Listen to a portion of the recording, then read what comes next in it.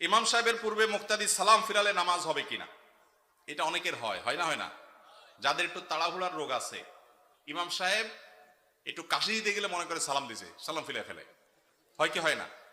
কিছু লোক আছে দেখবেন ট্রেনের মধ্যে একটু তাড়াতাড়ি যাওয়া দরকার, তো এদিকে জোর করে বগির মাথে মাথা হাঁটে, কেন? তার তাড়াতাড়ি যাওয়া দরকার। সে বেশি জোরে হাঁটলে কি ট্রেন তাড়াতাড়ি চলবে, আগে পৌঁছাবে? কিন্তু সে চেষ্টা করে। তো আপনি যতই হুলস্থুল করেন, ইমামের আগে তো নামাজ শেষ করতে পারবেন না। তো এই জন্য ইমামের আগে কোনো কাজ করা এটা ভুল।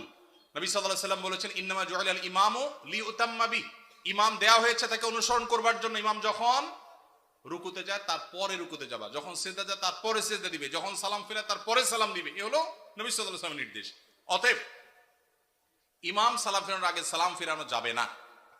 যদি কেউ ইমাম সালাম ফেরানোর আগে সালাম ফিরিয়ে ফেলেন, তাহলে হানাফি মাযহাবের ওলামাদের মতে নামাজ হয়ে যাবে, কিন্তু এরকম করাটা মাকরুহ। আর অন্য অনেক ইমামদের মতে নামাজই হবে না, কারণ ইমামরা আনুগত্য করা ওয়াজিব। যেহেতু আমাদের এদেশে বেশিরভাগ মানুষই হানাফি ফিকহ ফলো করেন, হানাফি ফিকহ হানাফি মাযহাব অনুযায়ী এটা মাকরুহ তাহরিমি, এটা করা উচিত না। কখনো যদি ভুলে হয়ে গেছে তাহলে সেটা মাকরুহ হবে না, সেটা মাফ। এটা অবশ্য সবার মতে, ভুলে হয়ে গেলে গুনাহ হবে না, নামাজ হয়ে যাবে ইনশাআল্লাহ তাআলা। তাহলে হানাফি মাযহাব ওলামাদের মতে নামাজ হয়ে যাবে, কিন্তু কাজটা অনুচিত। আর যদি একান্ত অসতর্কতাবশত হয়ে যায় তাহলে সেটা মাফ, কোনো অসুবিধা নেই, নামাজ তো সর্বাবস্থায় হবে।